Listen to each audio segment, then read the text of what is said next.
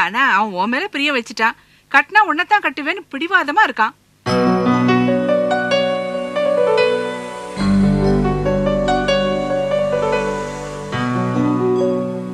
இங்க பாருமா விஜய், எங்களுக்கு இவனுக்கு எப்பதான் கல்யாணம் முடிப்போமோன்னு இருக்கு. ஆமாமா, நீ ஒரு வார்த்தை சொன்னா நானும் இவரும் உங்க வீட்டுக்கு நேரா வந்து பொண்ணு கேட்கலான் இருக்கோம். நீ என்ன சொல்ற? எனக்கு முன்னாடி கல்யாணம் ஆகாத ஒரு அக்கா இருக்காங்க.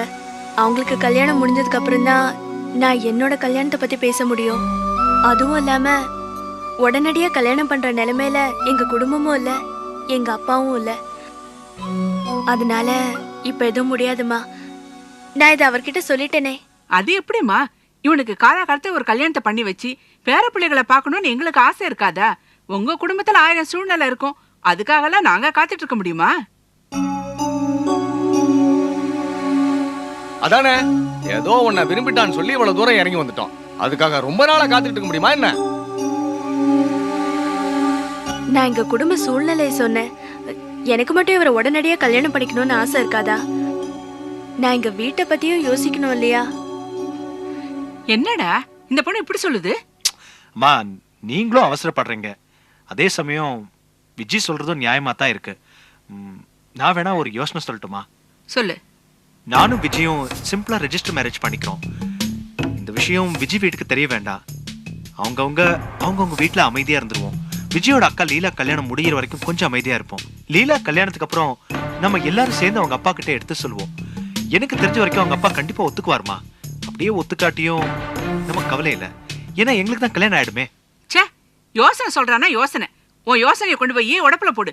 ஊர் உலகம் அறிய கல்யாணம் பண்ணிக்கிட்டு காலகாலத்துல ஒரு பிள்ளையை பத்து தாடானா போகாத ஊருக்கு வழி சொல்றியா? வேற என்னமா பண்ண சொல்ற? டேய், நீ விரும்புறேன்னு சொல்லி இந்த பொண்ணை கட்ட ஒத்துக்கிட்டோம். உடனே உன்னை கல்யாணம் கட்ட ஒத்துக்கிட்டா சரி. இல்லாட்டி நம்ம வழியை பாத்துக்கோண்டா. இப்ப கையில 7-8 ஜாதகம் இருக்கு. எல்லாமே வசதியான இடம். என்ன சொல்ற?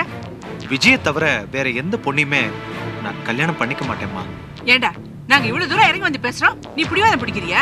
இந்த பார், உன் மேல அவ்வளவு லவ் இருந்தா அந்த பொண்ணை வீட்டுல சொல்லி சீக்கிரமா கல்யாணம் கட்டிக்க சொல்றா.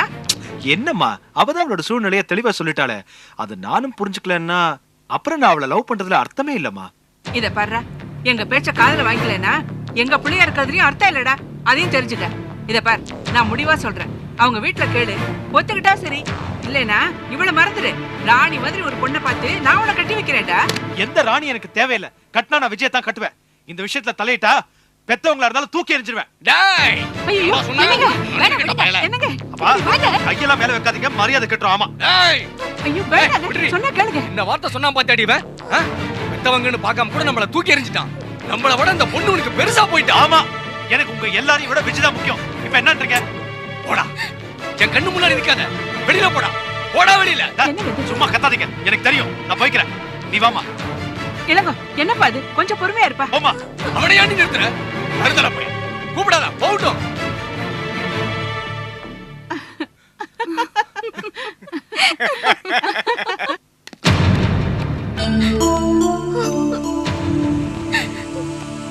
என்னங்க நீங்க எனக்காக உங்க அப்பா அம்மா இப்படி எல்லாம் சண்டை போடுறீங்க? பின்ன என்னம்மா, உன்னை மறக்க சொல்றாங்க, அது முடியுமா என்னால? என்னால எவ்வளவு கஷ்டப்படுறீங்க?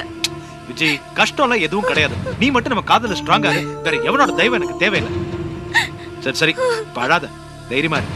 இப்போ நான் அப்புறமா வந்து ஒன்னு பாக்குறேன். சரிங்க.